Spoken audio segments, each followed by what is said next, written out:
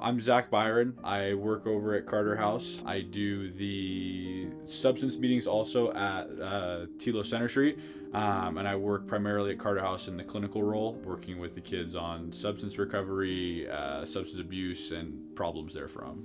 So, I grew up in Los Angeles, California, in a broken home. My mom struggled with substance use growing up, which led to poor choices I made, and obviously that's no fault of her own, and we don't blame her for that. But it was stuff that existed there that led me to use the way that I did. I bounced around youth treatment and adult treatment, ultimately to wind up homeless. I think that I was just so desperate, and I was so broken down, and I was just ready to stop digging. It wasn't necessarily because of the circumstance I was in. It was just because I was done, right? I had been beaten into a state of willingness by life and myself and substance. So I decided that it needed to be really given a shot, or I would eventually die. So there is no longevity to this, right? And I think that in the beginning, a lot of people who abuse substance think, okay, well, I can manage my use, or if I only use on the weekend, or if I don't use when I have tests coming up, or if I only use certain substances, or whatever it may be, then I'm going to be more inclined to be successful. But eventually it gets to the point where it's just problems with problems. The fun has been sucked out of it, and it's just you chasing the next high, or the next drink, or whatever it may be. I believe strongly in the fact that my purpose in this world is to assist those that are suffering from substance related issues, or just life issues in general. The real goal is, right, we're identifying, hey, the person I used to be was not, it wasn't effective or conducive to a healthy life. How do I remove those things from my life?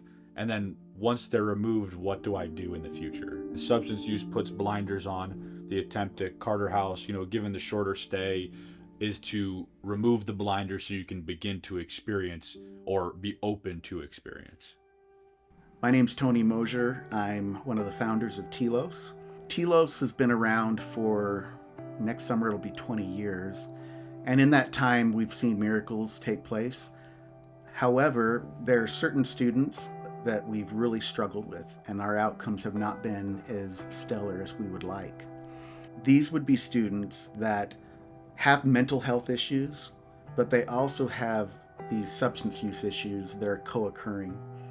Many people would say these substance use issues are secondary to the mental health issues. The struggle that we have with helping these students is they typically come into a program like Telos and they can go through the whole treatment program, but they're so distracted by substance use and by their glorification or their obsession with substances that they go through the entire process start to finish and sometimes leave unimproved. We've asked ourselves the question, why haven't we been able to help these students the way we'd like to? And we think it comes down to two things. Number one, the students, when they come in, say there's a generalized program of 30 students, and you have just 3 or 4 of these students who are really a little bit further on that continuum of substance use. When you sprinkle them in with the general population, they don't have the ability to create a culture of recovery around them. Students typically get better with substance use when there is that culture and they're accountable not just to their primary therapist or their parents, but they're accountable to their peers. The second reason we think we have a difficulty helping these students is the therapists that are typical in a treatment program for mental health. They may have some substance use training, they may have had a class or two in their graduate program, but by and large, they're much more expert in helping with mood disorders and executive function skills and processing issues and trauma issues, but they aren't necessarily as therapeutically savvy when it comes to substance use disorder treatment. All this culminates in a student either getting dismissed from the program or struggling through the program, relapsing all along the way, sometimes having a desire or a commitment to be sober, but not yet having the ability. So what they really need is to be in a little bit of a tighter container where there's layers of protection built between them and the substances. The reason we call it Carter House is to honor one of our past students.